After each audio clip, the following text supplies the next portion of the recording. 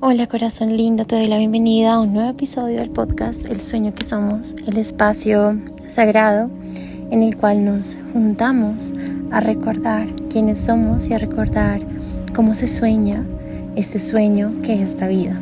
Yo soy Amaris de Amaris Portal Creativo y en este episodio te voy a hablar acerca del concepto de ecología y de lo enfermo que para mí es. Para mí el concepto de ecología es un concepto que nace del descuidado y no del cuidado, porque en las comunidades ancestrales no existe una logía, una lógica, un pensamiento, una ciencia que no sea la del cuidado de la vida, que no sea la del cuidado de la tierra, porque ha habido en las comunidades antiguas de la tierra ese reconocimiento de que la vida es sagrada, de que esta tierra es nuestra madre y que si queremos estar vivos necesitamos cuidarla, de que debemos honrarla por ser nuestra madre, porque así como honramos a nuestra madre humana y queremos amarle y cuidarla, pues lo mismo ha de ser por esta gran madre que nos reúne a todos como hermandad y como humanidad. El término de ecología para mí crea por este motivo una especie de secta espiritual donde las personas sienten que son mejores que otras personas, que están por encima espiritualmente, moralmente hablando, que otras personas por el hecho de estar cuidando el planeta de una forma en la que esas otras personas no lo están haciendo bajo su mirada. Pero yo siento que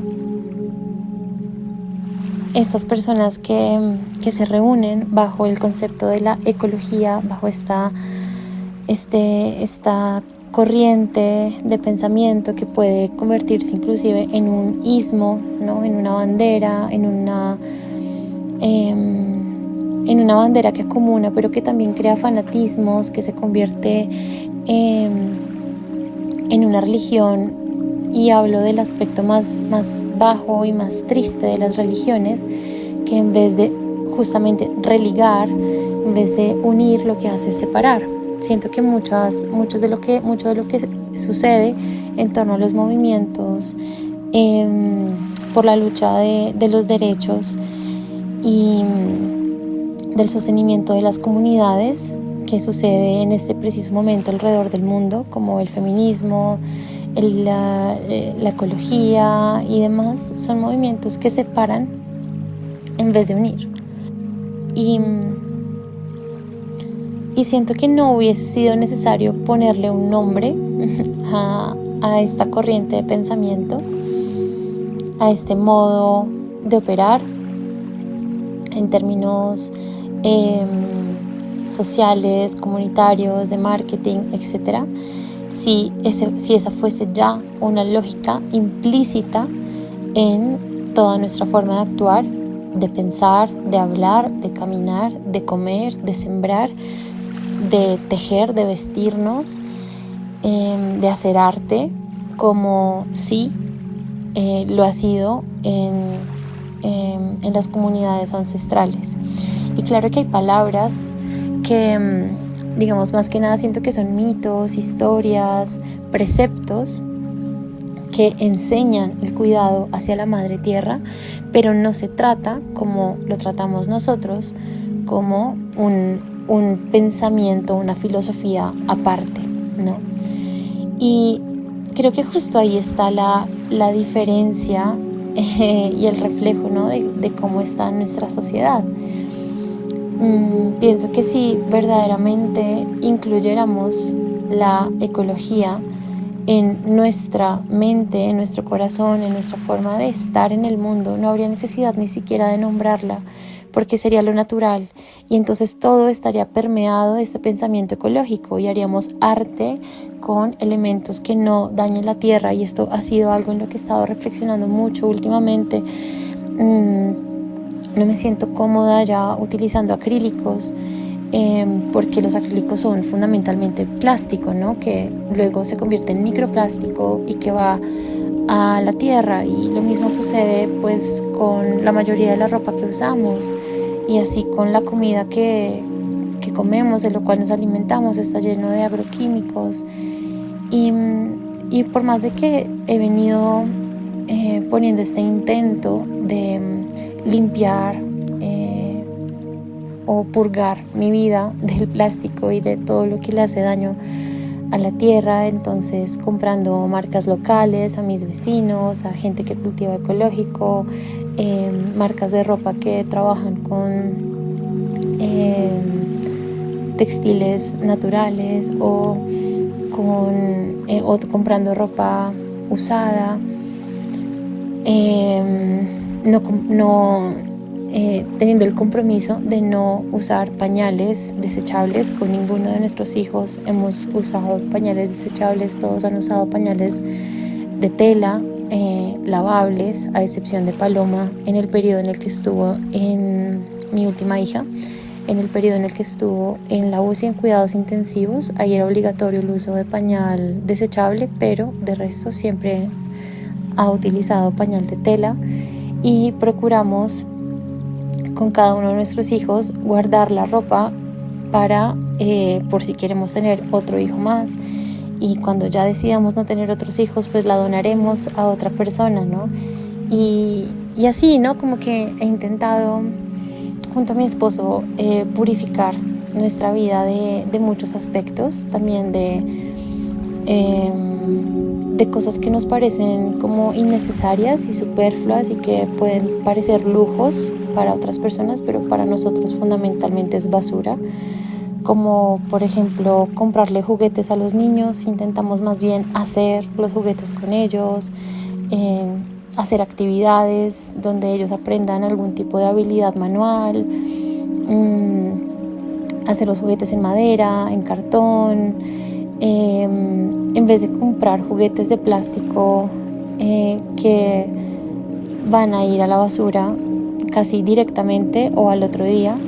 Y lo mismo hacemos, por ejemplo, con las piñatas. También cuando hacemos piñatas en las fiestas de ellos, ponemos adentro, por ejemplo, bocadillos envueltos en hoja y cosas así, ¿no? Como que intentamos que nuestra producción de plástico sea mínima.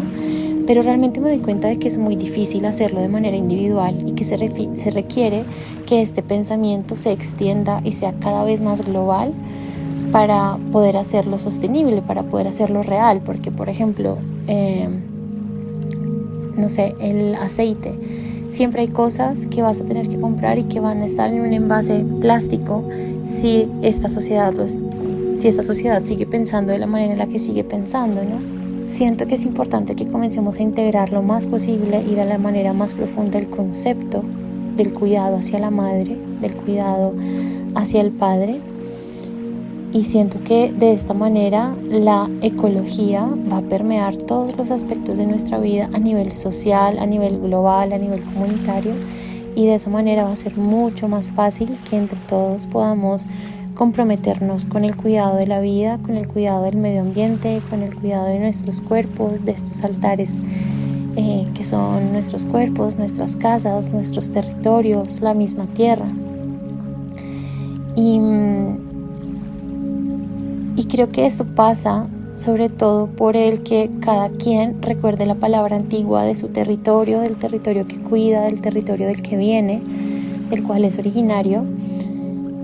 Porque, como decía al comienzo, las comunidades ancestrales la tienen súper clara en este aspecto, y obviamente en muchos otros. Hay muchísima sabiduría allí que podemos recuperar y volver a ser nuestra, ¿no? Y volver a alimentarnos como lo hacían antiguamente nuestros abuelos o las personas en los territorios donde estamos siendo acogidos, y podemos comenzar a llevar a cabo prácticas que estén mucho más alineadas con con la tierra, y para mí definitivamente esto está atravesado por el recordar y por el dejarse atravesar por la memoria viva de lo que cada territorio todavía late, pulsa y mana, ¿no? De la palabra, de estas rocas, de estas montañas, de estos ríos, de estos espejos de agua que nos rodean y que nos dan vida y que nos sostienen, y poder sostener de vuelta también.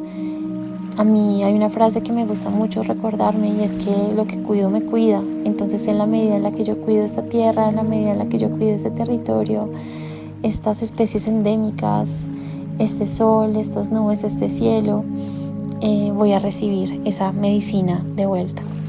Te dejo con esta reflexión para que tú también puedas tomar acto y cuidar la vida, y que así seamos cada vez más, y que de esa manera nos inspiremos unos a otros en crear empresas sostenibles, en crear proyectos sostenibles, en crear proyectos comunitarios que nos permitan cuidar lo que nos cuida.